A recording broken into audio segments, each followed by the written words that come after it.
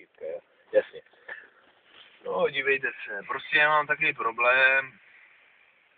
Ta piča si zas nesjedná to nejlevnější pojištění, ale to středně nejlevnější, jako, nebo to druhý nejlevnější potom, což se jmenuje Plus, nebo coś takového. S tím, že vy hradíte 2,5 tisíce, což mě jako stejně uhradím, jako ve fázi, jako kdyby mi, jo? Já mám test. Ale je to tak jasný. Jo? Dobrý, v pohodě. Dějte se. Očekávám vás tady do půl hodiny. Zavolejte někomu z Hamburku.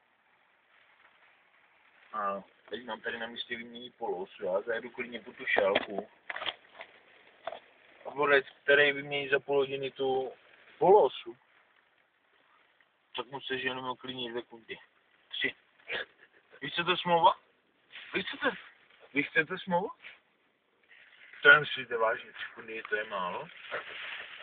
A dobře, chápu. Normálně nabídka 3 sekundy, dobře, tak 4. A?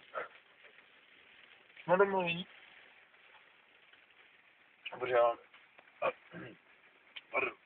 Ježišmarja.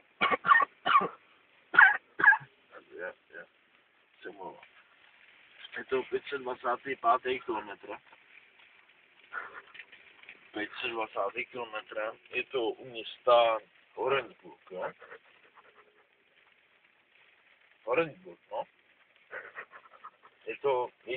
Je to jediná šalka tady na tom, na té A6. V životě tady nepotkáte jinou. No. Tu se tady taky doploužili jak piče. Z toho si nic nedělejte. Jo. Za jak dlouho tady prosím nás budete? Za 1,5 hodiny? Za Hamburku za 1,5 hodiny? Pardon, já jsem takový jako trochu malátnej, protože už jsem ospalej. Za 1,5 hodiny za Hamburku? Já bych tady byl z České republiky, jako z Moravy tady za ten čas. Jo, já to chápu, plaťák, jasný. Plaťák, jo, dobře. OK, za 1,5 hodiny, maximálně, jak říkáte vy, tak 1,3 hodiny počítám s váma. S tím, že prostě řidič platí úplně všechno, jo? Tak jo, dobře, mějte se, naschle. Polož to, ať neprovoláme moc. Položil jsi to? Jo, položil. To je v pohodě, dobré. Tak přijedou? Jo, přijedou. No není 1,5 hodiny moc? Píču za 5 000, vole. No právě, takový To prachy. zahraničí, vole. No. Co bereš? Počkej, zavolám zámočov, jo? No, třeba tady bude dřív. 65. Točím, jo? No doufám, že to veme, třeba bude spát, ale to už by nemusel v tuhle hodinu.